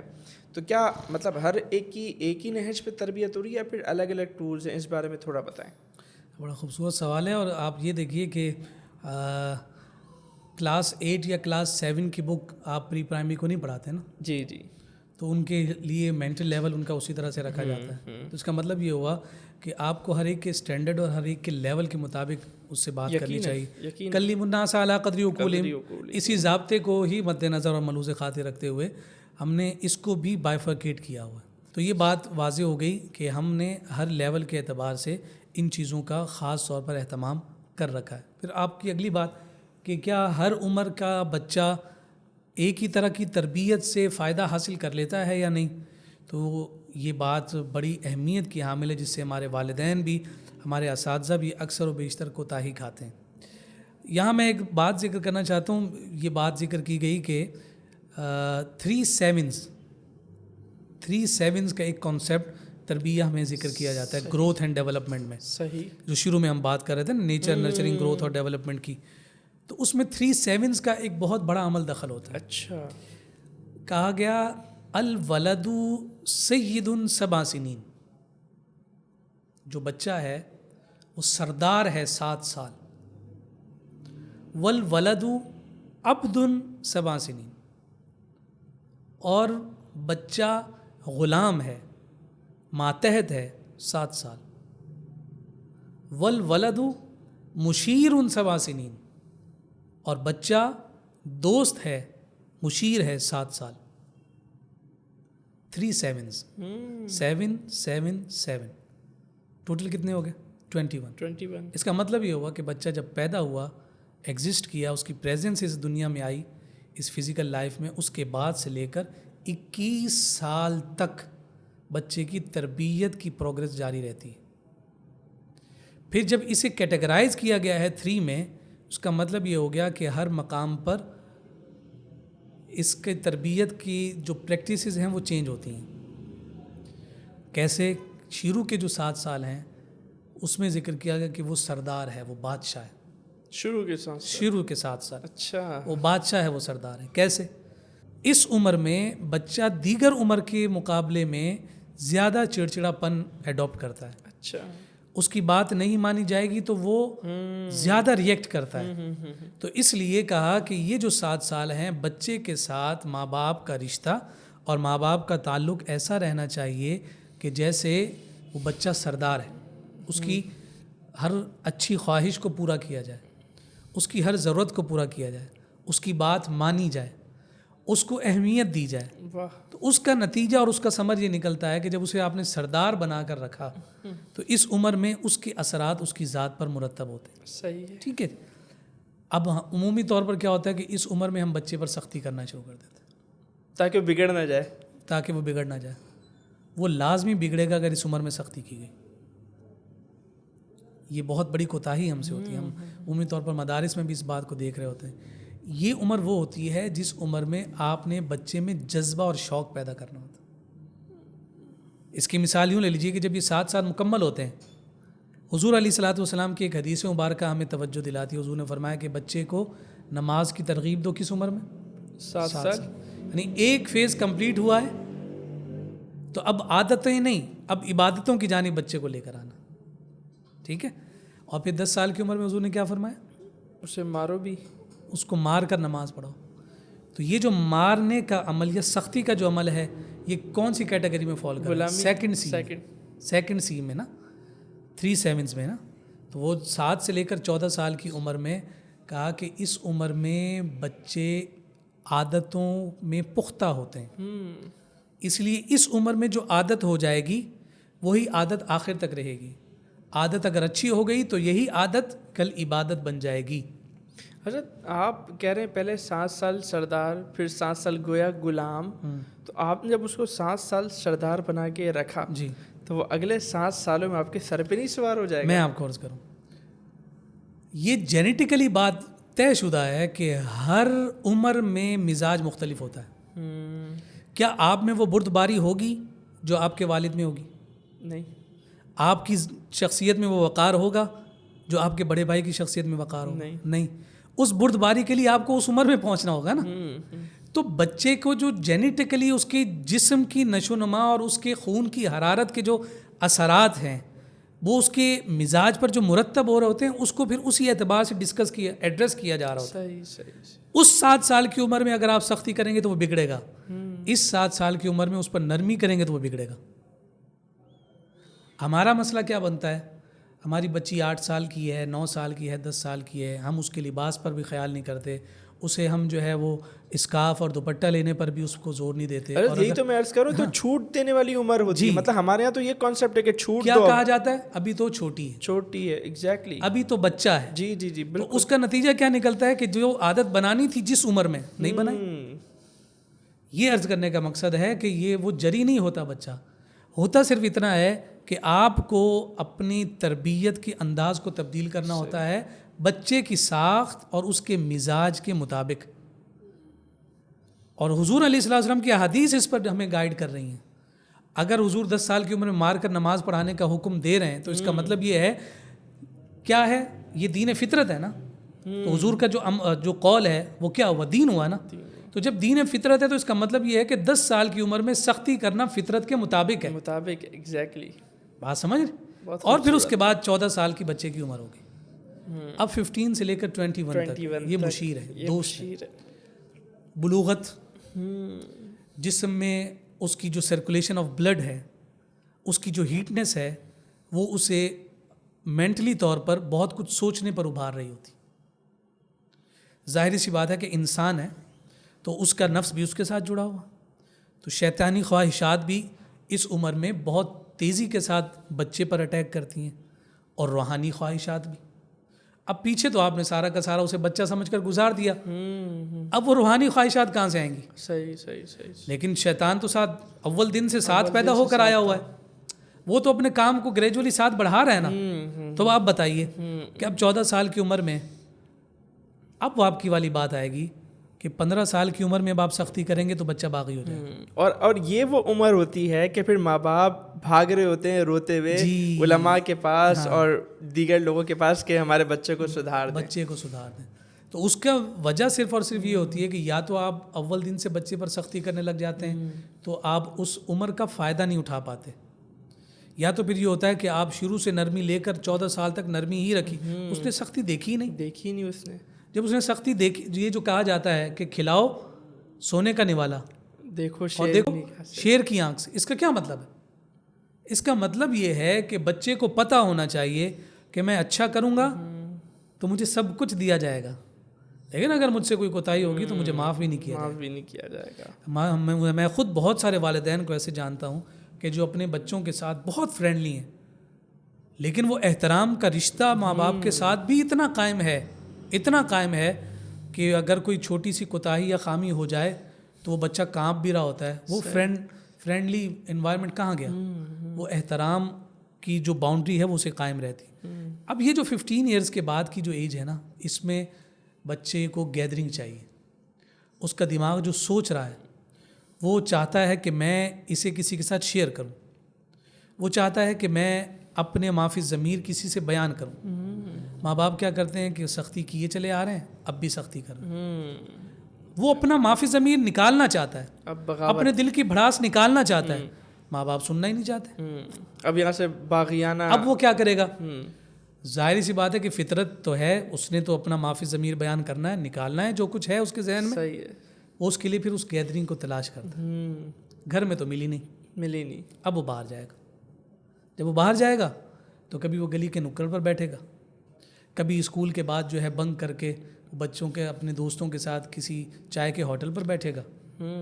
عین ممکن ہے کہ اسی عمر میں اللہ نہ کرے اللہ ہمارے سب بچوں کو محفوظ رکھے، آمین، کوئی سگریٹ کی عادت پر پڑ جائے. صحیح، بالکل. کسی کو کوئی اور بری عادت پڑ جائے، بد زبانی، جھوٹ، غیبت، گالم گلوچ اس کی زبان پر آ جائے. تو یہ چیزیں بچے میں کیوں پیدا ہوئیں؟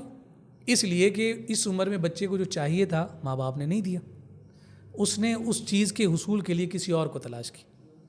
اچھا، پھر وہ جب تلاش کر رہا ہوگا تو اس میں جو ہوائے نفس ہے اس کا غلبہ ہوگا، وہ چیزیں اسے وہاں پر بہت زیادہ اٹریکٹیو لگ رہی ہوں گی، وہ اس جانب اور زیادہ متوجہ ہو رہا ہوگا. تو اب بھی نتیجہ یہ نکلتا ہے کہ مولوی صاحب کوئی وظیفہ دے دیں، کوئی جو ہے آپ جو ہے نا کوئی دم کر کے دے دیں، کوئی پانی دم کر کے دے دیں. تو اس کا بہترین طریقہ یہ ہے کہ جب اس عمر کو بچہ پہنچ جائے کہ اسے گیدرنگ چاہیے، فرینڈلی انوائرمنٹ چاہیے، تو ماں باپ اپنے آپ کو بالکل تبدیل کر دیں. اس سے کوئی غلطی ہو جائے تب بھی وہ آپ کو بتانے سے ہچکچائے نہ، وہ اگر کوئی اچھائی کرے تب بھی وہ ہچکچائے نہ. گھر ہی میں جب اسے وہ گیدرنگ نصیب ہو جائے گی، باپ جب دوست بن جائے گا تو پھر اسے باہر دوست تلاش کرنے کی ضرورت نہیں پڑے گی. اور پھر 21 سال کے بعد بچہ نہیں بگڑے گا اگر آپ نے یہ 3 7s پر آپ نے صحیح معنوں میں اپنے آپ کو کاربند کر لیا. اس لیے تربیت کے اس مرحلے میں ماں باپ کی تگ و دو بہت طویل ہے، اور یہ پریکٹس کوئی 1 سال 1.5 سال 2 سال کی نہیں، 21 سال تک کی ہے. اور ماں باپ کو اللہ نے اگر بہت بڑا مرتبہ دیا ہے، اللہ اور اس کے رسول کے بعد کسی انسان پر سب سے بڑا احسان اگر کسی کا ہے تو اگر وہ ماں باپ کا ہے.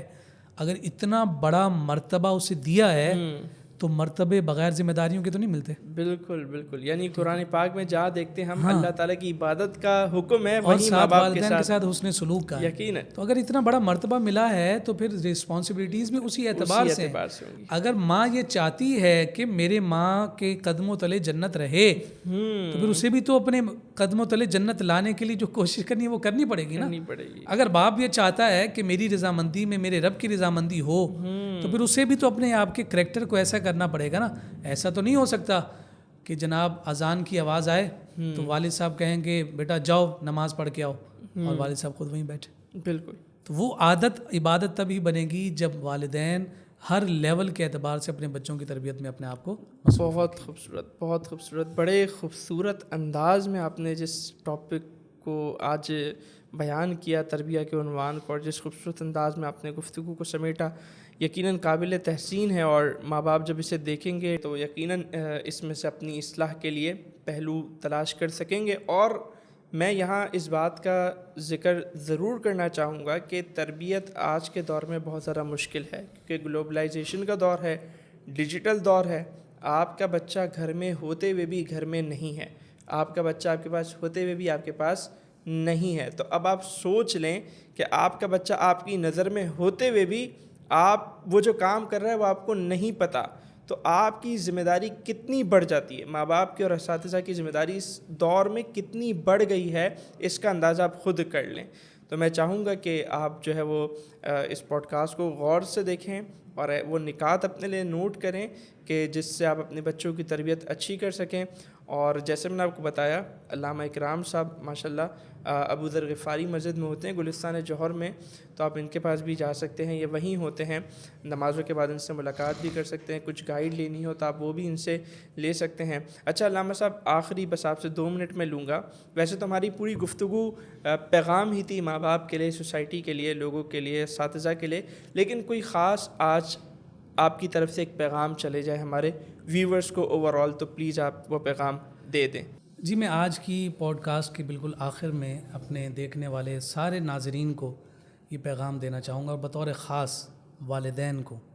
آج کے دور میں جہاں اولاد کو تربیت کی ضرورت ہے، اس سے کہیں زیادہ والدین کو بھی تربیت کی ضرورت ہے۔ تو والدین کی تربیت کے لیے یہ امر سب سے زیادہ ضروری ہے کہ وہ اپنے آپ کو عمل کا پیکر بنائیں، اپنے ذات میں موجود ان بری عادات اور ان رذائل کو دور کرنے کی کوشش کریں کہ جس کا اثر آپ کے بچوں پر مرتب ہو سکتا ہے۔